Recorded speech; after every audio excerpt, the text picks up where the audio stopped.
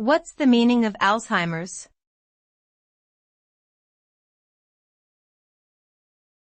Alzheimer's.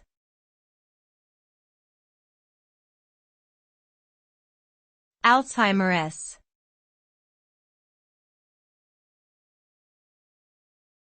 Alzheimer's.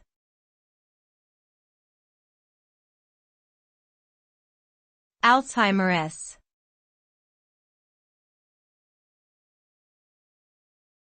Alzheimer's.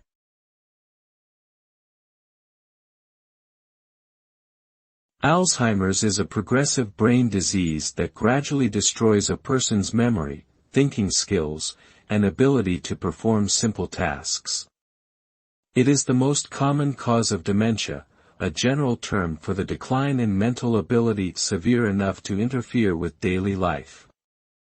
People with Alzheimer's experience memory loss, confusion, difficulty communicating, mood swings, and eventually lose the ability to perform basic functions like walking and swallowing.